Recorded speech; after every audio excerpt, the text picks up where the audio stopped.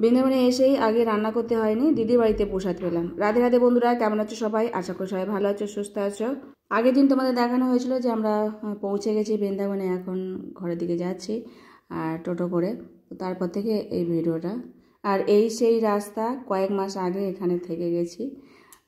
তোমরা যারা আমার আগের পেজে ভিডিও দেখেছো তারা অবশ্যই জানো। তো তারপর থেকে ভিডিওটা শুরু করছি। বাড়ি পৌঁছে গেছি, এসেই জামা কাপড় ছাড়িনি, ঘরদোর প্রচণ্ড ধুলো, সেগুলো পরিষ্কার করছি। সবার প্রথমে রান্নাঘরটা পরিষ্কার করে নিয়েছি। তবে আজকে আর রান্নাবান্না করতে লাগবে না, আমরা আসবো জেনে। দিদি রান্না করে রেখে দিয়েছে, তো আমি এখন রান্নাঘর পরিষ্কার করে স্নান করে নেবো, তারপর চলে এসেছি। তো তোমরা জানোই যে আমি সেই আমার দিদির কথা বলেছিলাম, তো তার গোপাল আর রাধারানী কত কিউট না, কত সুন্দর এখানে সেবা দিচ্ছে। আর ওখানেই আজকে প্রসাদ পাবো। তো ওদের ঘরে চলে এসেছি। তোমরা আমাকে অনেকেই জিজ্ঞাসা করো যে এখানে থাকতে গেলে ভাড়া কেমন। তো ওরাও ভাড়াই আছে। তো এখানে ভাড়া আমি তোমাদের আগেও ভিডিওতে বলেছি, 2000, 2500, 3000, 4000, 5000, যে যেমন ঘরে থাকতে চায় তেমন ঘরেই অনুযায়ী ভাড়া। তো আমরা সকলে মিলে বসে পড়েছি প্রসাদ পেতে। আর অনেক কিছু রান্নাবান্না করেছি, আমি প্রসাদ বেড়ে দিয়েছিলাম। দিদি বলছে না থাক, আমি করে দিচ্ছি, তুমিও বসে পড়ো। আমি বললাম না, আমরা দুজনে বসবো, সবাইকে দিয়ে দিই আগে। তো খিদেও পেয়ে গেছে অনেক জোরসে। আর রান্না করেছিল অন্ন, তার সাথে মুগের ডাল, এখানে আলু পোস্ত, পাঁপড় ভাজা, পনিরের রসা, তার সাথে চাটনি, পায়েস। তো অনেক কিছু রান্না করেছে একা হাতে। আর এটাই আমাদের কাছে বড় পাওনা রাধারানীর কৃপাতে। তো অত দূর থেকে আসা, জার্নি করে, তারপর ঘরদোর পরিষ্কার করে, অনেক কাজ ছিল, তো সেগুলো করতে করতে অনেকখানি দেরি হয়ে গেছে। তখন আর কি রান্নাবান্না করবো, যে রান্না করে রেখেছি, এটাই বা কে করে।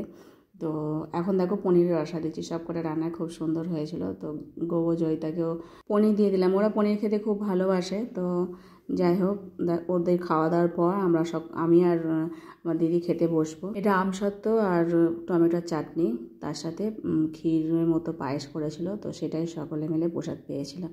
তো খুব ভালো লেগেছিলো, খুব আনন্দও লেগেছিলো সবাই মিলে প্রসাদ পাওয়া। আর গোপালটা খুব সুন্দর, এত মিষ্টি গোপাল না, মানে দেখলে প্রাণ জুড়িয়ে যাবে। আর অনেক কিছু লীলাও করে, দিদি বলছিল যে গোপাল এরকম লীলা করে। তো যাই হোক, রাধারানীও তার সাথে আছে। গোপালকে বৃন্দাবন থেকেই নিয়ে গেছে, আর রাধারানী নবদ্বীপ থেকে নিয়ে এসছে। তো দুজনেই সেই জন্মাষ্টমীর সময় আমরা গেছিলাম দিদির বাড়িতে, সেই অভিষেক হয়েছিল। তো তারপর এখানে নিয়ে চলে এসেছে। তো তোমাদের বলেই দিলাম সবাই কিভাবে ভাড়া থাকতে পারে। এখানে বৃন্দাবনে এসে আগে ঘর দেখে নিয়ে যেতে হবে, ঘর দেখে বুক করতে হবে। তো সারা বছরের জন্য থাকতে পারো বা কয়েক মাসের জন্য থাকতে পারো। তো যাই হোক, এখন আমরা দুজনে মিলে প্রসাদ পাচ্ছি। তো খুব সুন্দর প্রসাদটা হয়েছিল। আর তার সাথে সন্দেশও ছিল, সেটা আমার বলা হয়নি, কালাকাঁদ ছিল।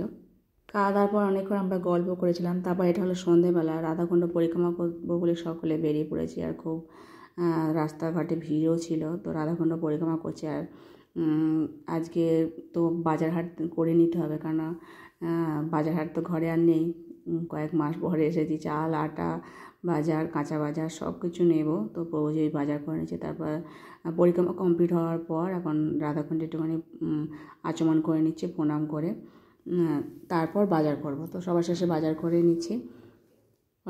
অল্প অল্প করে সব চাল, আটা সব কিনে নিচ্ছি, কিছুই তো নেই। আর সবজিও কিছুটা কেনা হয়েছে। তারপর সবার শেষে বাচ্চাদের সকলে মিলে আইসক্রিম খাওয়া বলে আইসক্রিম কেনা হচ্ছে। তারপর এখান থেকে টোটো করে বাড়ি ফিরবো। আর আজকে মতো ভিডিও এখানে শেষ করছি। সকলে ভালো থেকো, সুস্থ থেকো। দেখা হবে নেক্সট ভিডিওতে। হরে কৃষ্ণ।